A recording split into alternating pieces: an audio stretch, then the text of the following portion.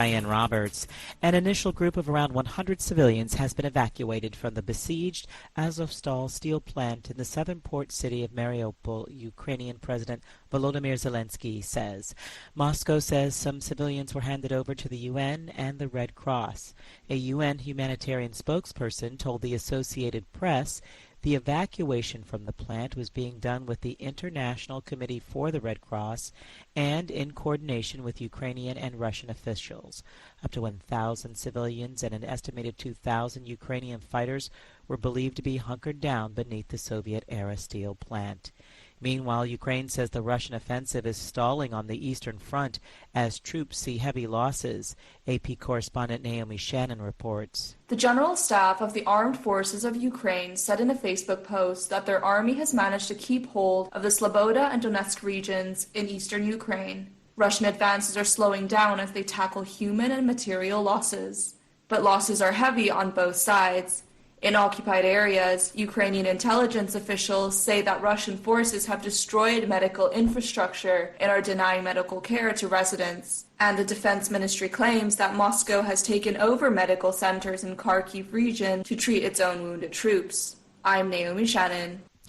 U.S. Speaker of the House Nancy Pelosi has urged Ukraine not to back down in the face of what she calls bullies like Russia following a surprise weekend visit to Kyiv.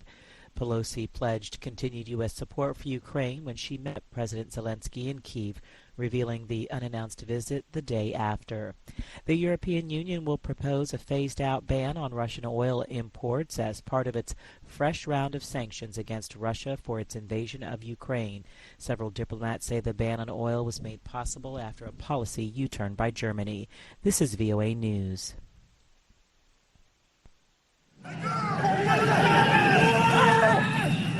Police fired tear gas to push back black-clad anarchists who ransacked businesses in the French capital of Paris Sunday during May Day protests against the policies of newly re-elected President Emmanuel Macron.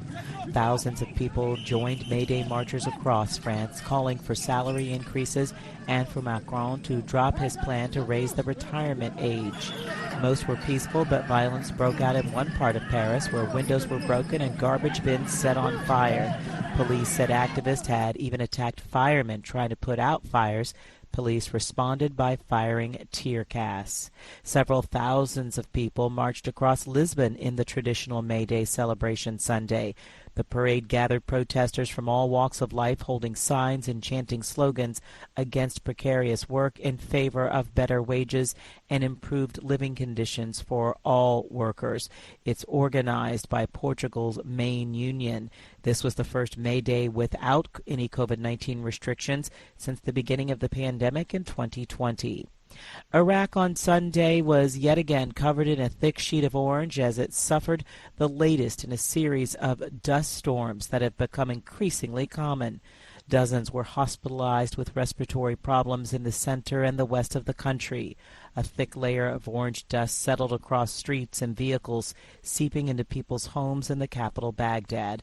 Flights were grounded due to poor visibility at airports serving Baghdad and the Shiite holy city of Najaf, with the phenomenon expected to continue into Monday, according to the Weather Service.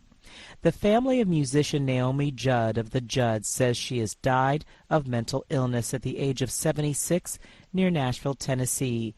Details were not given. AP correspondent Margie Zaraletta has a look at her career. Mama, he's crazy. Naomi Judd was a single mom working as a nurse when she teamed with her daughter Winona to form the Judds. They had a string of country hits, including Love Will Build a Bridge, Mama, He's Crazy, and Girls' Night Out. Judd's other daughter is actor Ashley Judd. Love can be. Judd had quit performing when she was diagnosed with hepatitis C. She had also written about her struggles with depression and anxiety. Judd said in a 1993 AP interview being on stage was her happy place. These 15,000 strangers in this steel and concrete building, I felt as if we levitated that stage. I'm Margie Zaraletta. And recapping our top story, an initial group of around 100 civilians has been evacuated from the besieged Azovstal steel plant in Mariupol.